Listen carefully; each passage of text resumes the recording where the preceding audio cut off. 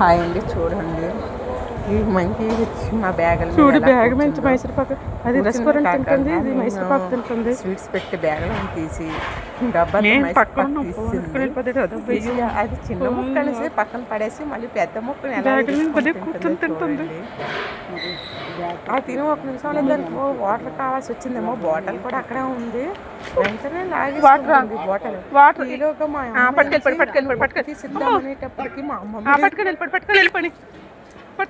ఈలో మా అమ్మ వాటర్ బాటిల్ మూత తిప్పేసి ఇద్దాం అనుకునేటప్పటికి అది వదలలేదు. అదే నోటితోటి ట్రై చేసుకుంటుంది. చేస్తుందో